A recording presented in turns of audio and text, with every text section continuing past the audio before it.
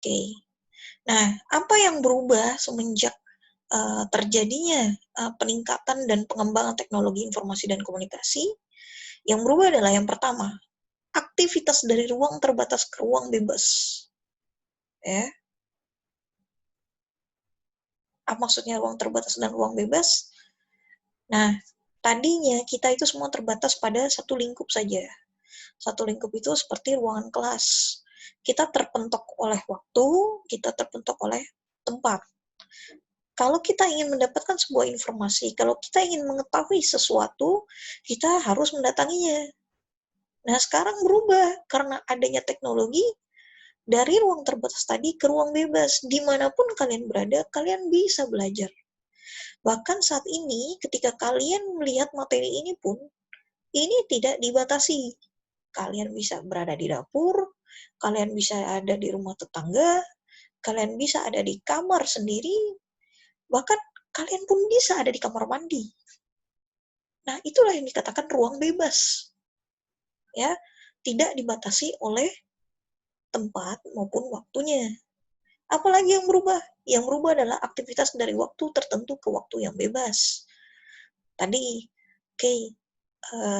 misalnya, pada kelas ini, materi ini saya share kepada kalian, walaupun jam tayangnya adalah jam 2 siang sampai dengan jam setengah 4 sore, tetapi tidak menutup kemungkinan kalian bisa putar ulang lagi videonya pukul 9 malam untuk mengingat-ingat, kemudian untuk meresapi ilmunya, dan lain sebagainya, agar mudah diingat. Ya, itu yang mengatakan waktu tertentu ke waktu yang bebas. Artinya bisa diulang pembelajaran ini. Oke, ini sangat memudahkan buat kalian. Terus apa lagi yang berubah? Beraktivitas dari ruang terbatas ke ruang bebas. Oh, tadi sudah dibahas ya, ruang terbatas, mohon maaf. Kita skip, lanjut. Beraktivitas dari kompetisi menjadi kolaborasi atau membentuk jejaring. Jadi di mana aktivitas ini ya, yang tadinya masing-masing itu membangun kontennya gitu. Nah, sekarang tidak seperti itu. Ya, kita bisa berkolaborasi dengan beberapa orang di dunia digital ya untuk membangun konten. Nah, kalau misalnya nih saya masuk ke ruang kelas 2B ya, kalian masuk. Ya sudah, yang ada di situ itu hanya saya. Yang membangun konten di situ itu adalah saya. Tetapi di dunia digital saya bisa mengkolaborasikannya. Apa mengkolaborasikannya? Saya berikan kalian video pembelajaran ini, kemudian saya masukkan lagi video-video pengayaan lainnya. Kemudian bisa saja saya menginvite atau mengundang pembicara dari luar untuk menjelaskan materi mengenai teknologi media kepada kalian. Nah, seperti itu. Itu namanya berjejaring kolaborasi untuk membangun konten. Nah, apakah pustakawan bisa melakukan hal tersebut? Sangat disarankan. Jadi, pustakawan bisa meningkatkan potensi dan kompetensi para petugas perpustakaan dan pustakawan dengan cara melakukan jejaring seperti ini, kolaborasi. Ya, bisa melalui forum diskusi, bisa juga melalui pelatihan, ya, dan itu sangat memungkinkan. Ya, walaupun berbeda wilayah, yang satu di Sintang, yang satu di Ketapang, kalian bisa disatukan dengan pelatihan daring, seperti itu. Kemudian aktivitas bisnis dan menjual barang ke bisnis menjual ide. Nah, untuk masalah aktivitas bisnis dari menjual barang ini mungkin adalah katanya tidak familiar dengan kalian, tetapi ini adalah secara general ketika teknologi media itu mulai merebah, ya sudah mulai in gitu ya, maka banyak aktivitas bisnis yang uh, tadinya menjual physically, ya menjual barangnya, wujudnya gitu, tetapi sekarang berubah. Kalian bisa menjual ide kalian, menjual konsep kalian kepada orang lain. Nah, bagaimana implementasinya ke perpustakaan? Contohnya begini, kalian bisa membuat publikasi baik lewat sosial media maupun melalui website perpustakaan, gitu ya, mengenai penyelenggaraan bedah buku. Ya, kalian hanya bikin announce-nya, kalian bikin pengumumannya saja. Bedah buku menarik tanggal sekian gitu. Mungkin kalian punya ide buku apa yang menarik untuk dibedah pada tanggal sekian gitu. Kalian hanya memunculkan ide aja ke orang, belum menampakkan wujudnya.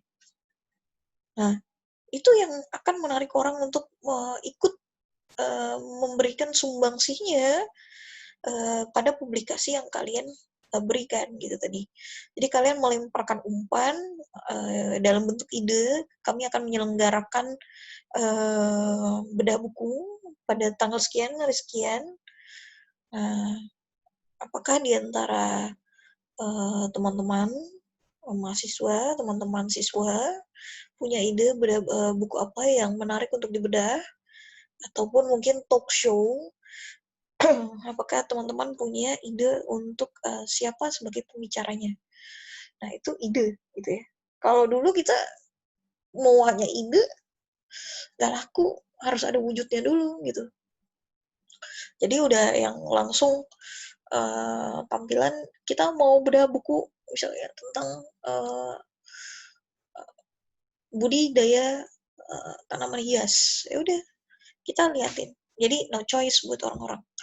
Tapi kalau sekarang semakin banyak yang memberikan masukan, memberikan ide, maka semakin hidup. Nah, berikutnya adalah yang berubah apa? Aktivitas secara fisik ke aktivitas secara digital. Ya, ini contoh paling konkret adalah seperti sekarang ini. Di masa pandemi ini, kita nggak bisa memaksakan diri untuk aktivitas fisik ke perpustakaan. Solusinya adalah adanya aplikasi digital perpustakaan yang menggantikan pemustaka berkunjung ke perpustakaan, tetapi tetap bisa memanfaatkan koleksi yang ada di perpustakaan. Itu udah paling konkret. Ya, jadi dengan adanya pandemi ini sebenarnya ada hikmahnya. Salah satunya adalah memperlihatkan kita secara jelas bahwa perpustakaan itu sudah harus berubah. Come on, move on. Ya, harus tanggap terhadap lingkungan. Salah satunya adalah menyediakan aplikasi maupun website perpustakaan untuk memudahkan para pemustaka ketika seperti saat ini, masa pandemi seperti ini, tetap bisa melakukan aktivitasnya melayani pemustaka. Jangan sampai di masa pandemi itu malah menyurutkan atau bahkan menghentikan aktivitas pelayanan perpustakaan. Yang terakhir, apa yang berubah? Aktivitas dengan manusia dan juga dengan mesin. Nah, ada perubahan yang sangat signifikan ketika digital ini masuk. Ya, ini adalah yang biasanya kita bertemu fisik. Fisik ini adalah manusia ketemu manusia. Kalian datang ke perpustakaan pasti akan ketemu sama petugas perpustakaan ataupun pustakawan. Artinya manusia ketemu dengan manusia. Saat ini berubah. Kalian tanpa harus bertemu dengan manusianya, kalian cukup ambil gadget kalian, ambil perangkat kalian, lakukan pencarian ke website ataupun aplikasi perpustakaan, ya, atau dalam hal ini adalah mesin ataupun robot, ya, yang akan membantu kalian menemukan informasi yang dibutuhkan. Sekali lagi saya katakan, perpustakaan harus move on dari konvensional menuju perpustakaan yang berbasis digital. Oke, selanjutnya saya akan menjelaskan tentang istilah pembelajaran online di sini. Nah, istilah pembelajaran online di sini ada beberapa yang mungkin sudah pernah dan bahkan sering sekali kalian dengar. Yang pertama ada e-learning, ada ICT-based learning, ada flipped classroom, ada computer-based learning, ada distance learning, ada online learning, ada blended learning, dan ada web-based learning. Ini adalah sebenarnya sama, intinya mah sama ya. Apapun namanya, sebenarnya punya sama. Apa itu? Sama-sama tujuannya adalah memberikan fasilitas kepada para pengguna ya untuk memudahkan mereka dalam pembelajaran. Ya. Dan ini bukan hanya harus diketahui oleh para guru ataupun para dosen, pustakawan juga harus mengetahui hal ini. Ya. Oke. Selanjutnya